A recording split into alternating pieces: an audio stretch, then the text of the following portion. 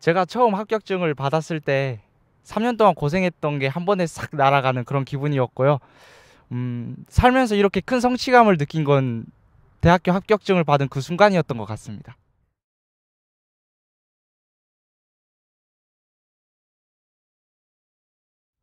제가 너무 기뻐서 부모님께 달려가서 엄마, 나 합격했어. 그랬더니 부모님이 그래, 축하해. 라고 무심하게 그냥 툭 던지고 마셨습니다. 경상도 분들이라 그러신지 저는 왜 그러지? 하고 생각하고 있었는데 밤에 아빠가 집에 들어오면서 케이크에 초까지 꽂아서 축하해 주셨습니다.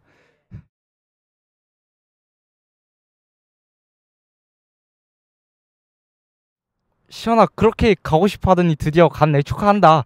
근데 이제 군대도 가야지. 라고 했습니다.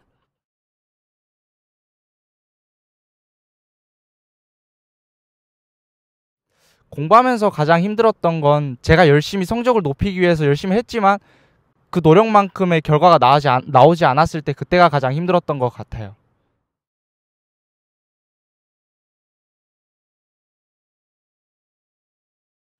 고등학교 때까지는 공부에 별 뜻이 없었고 그냥 놀고 친구들이랑 운동하는 게 좋아서 그냥 마냥 놀기만 해서 수능 그대로 말아 먹었고요.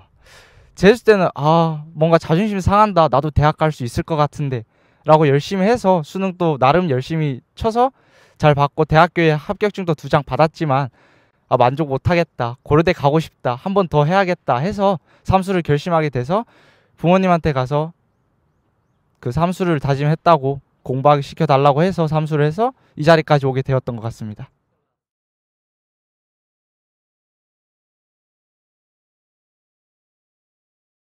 저는 경상북도 경산시라는 한지 하신 분들은 아시겠지만 대구의 위성도시라고 잘 알려져 있습니다. 거기 있다 보니까 물론 제가 공부를 안 해서 그런 걸 수도 있지만 서울과는 다르게 공부의 정보량이 좀 달랐던 것 같습니다. 재수할 때 이렇게 경기도 쪽으로 위에 지역에 올라오니까 제가 밑에서 경험했던 것과는 다르게 많은 정보를 가지고 있어서 더 편하게 공부할 수 있었던 것 같습니다.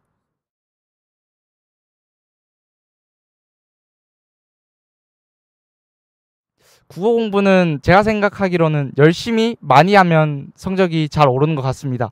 물론 무작정 열심히 한다고 되는 것이 아니라 올바른 방향을 설정해서 그 방향으로 나아가야지만 성적이 오른다고 생각합니다.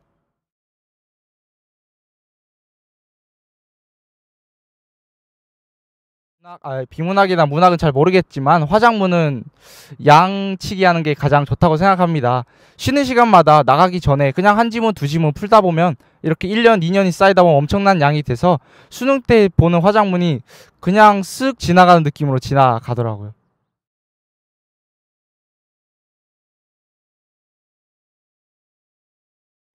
사람들이 가장 착각하는 게 자기는 개념어를 다 안다고 생각합니다.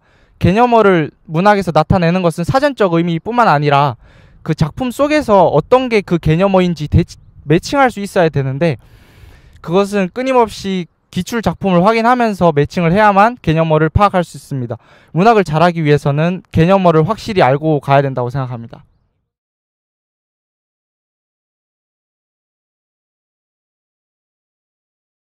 처음에 잘 몰랐을 때는 그냥 무작정 읽고 문제를 정답의 근거가 어디 있는지 파악하기 위해서 그냥 형광펜으로 줄을 긋고 이 문제의 답의 근거는 여기 있다라고 표시를 했었는데요.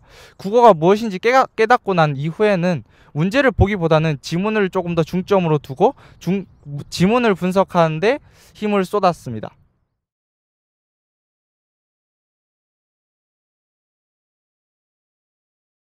저는 솔직히 말하자면 국어 인강 선생님 한 5-6분 다 들었습니다. 그러니까 너무 많이 듣다 보니까 깨달은 게 있는데 국어에서 묻는 건 단 하나다. 국어의 본질은 하나다라는 걸 느꼈습니다. 문제에 답이 있는 것이 아니라 지문을 분석하면 그 지문 전체에서 답을 알려주고 그래서 결국 인강 선생님들께서 하시는 말씀은 다 하나라고 생각했습니다. 저는.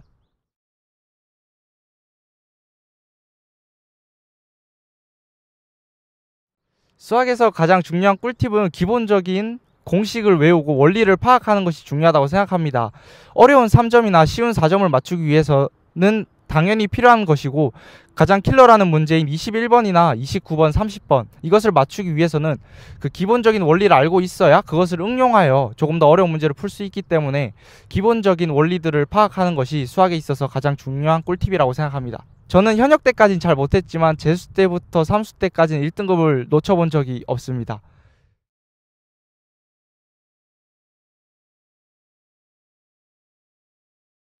영어는 기본적으로 단어가 가장 중요하다고 생각합니다. 어디를 움직이든 단어장은 항상 들고 다닐 수 있기 때문에 밥을 먹든 쉬는 시간에 화장실을 가든 단어장을 꼭 챙겨 다니는 그런 습관을 드는 게 가장 중요하고요. 그리고 문제를 풀기 위해서는 구문 분석이 가장 중요하다고 생각해요.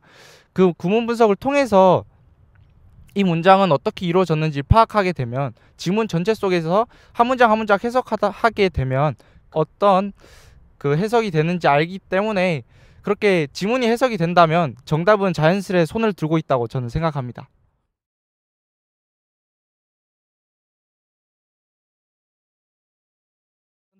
저는 생활과 윤리와 사회문화를 선택하였습니다. 일단 사문 도표를 가장 어려워하는데, 도표는 어려워할 것이 아니고 도표 문제들을 따로 노트에 자기가 틀린 문제나 그냥 어려워 보인다는 문제를 다 그냥 모아놔서 한 번에 하루에 한 5개씩만 꾸준히 1년 동안 풀다 보면 수능에서 나오는 도표는 이거 봤던 건데? 라는 생각이 들면서 바로 풀 수 있다고 저는 생각합니다. 생유는 흔히들 말하는 말 바꾸기, 말 장난이다 라고 생각하는데, 그것이 아니고 그 기본적으로 이렇게 얘기하는 게 있습니다. 그것을 정확하게 이해하고 다른 새로운 표현들은 평가원 시험인 6평이나 9평에 나오기 때문에 그것을 정확하게 분석한다면 수능에서 생윤 또 그렇게 어려운 과목은 아니라고 생각합니다.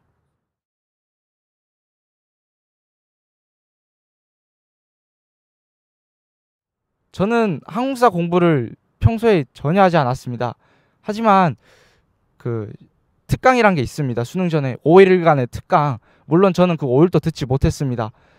그 특강을 들으려고 봤더니 3일밖에 남지 않아서 그냥 3시간만 듣고 쳤는데, 그래도 대학 가는데 지장 없을 정도의 성적은 나오더라고요. 벼락치기라도 했으면 좋겠습니다.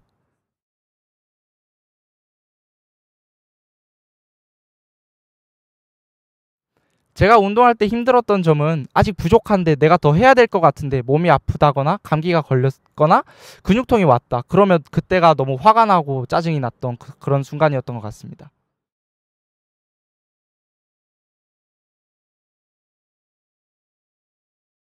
제가 처음에 높이뛰기 할 때 자세가 이상해서 자꾸 걸리고 했는데, 영철쌤이 영상 분석을 통해서 어떤 자세에 문제가 있는지 파악해 주시고 자세를 바꿨습니다.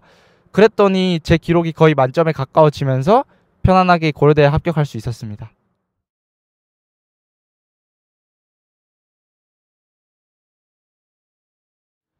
컨설팅 부분에서 도움을 받았던 것은 플랜 A뿐만 아니라 플랜 B, 플랜 C를 통해서 여러 가지 대안을 주셔서 제가 생각하고 제가 올바르게 선택할 수 있도록 여러 가지 길을 열어주신 게 가장 저에게 있어서는 좋았던 컨설팅이었던 것 같습니다.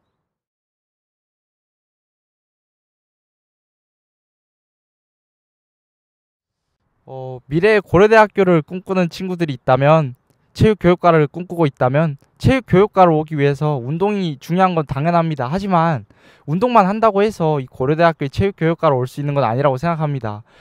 운동도 중요하지만 공부 또한 엄청 열심히 해서 좋은 성적을 받아야만 고려대 실기장에 들어올 수 있다고 생각합니다. 그렇기 때문에 막연히 고려대를 꿈꾸기보다는 그냥 정확히 공부를 어떻게 해야 될지 정확한 계획을 짜면서 공부를 했으면 좋겠습니다. 체대 가자! 화이팅!